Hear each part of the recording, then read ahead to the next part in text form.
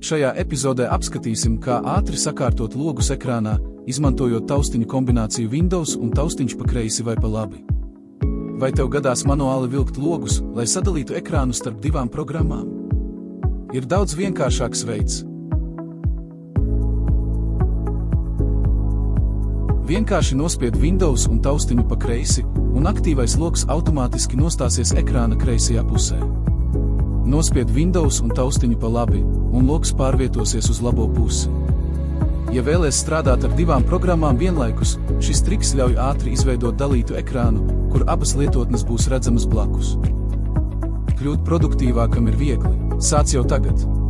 Paldies, ka noskatījies. Padalies ar šo video. Novērtēsim, ja nospiedīsi īkšķi uz augšu un abonēsi kanālu, lai saņemtu citus vērtīgus padomus.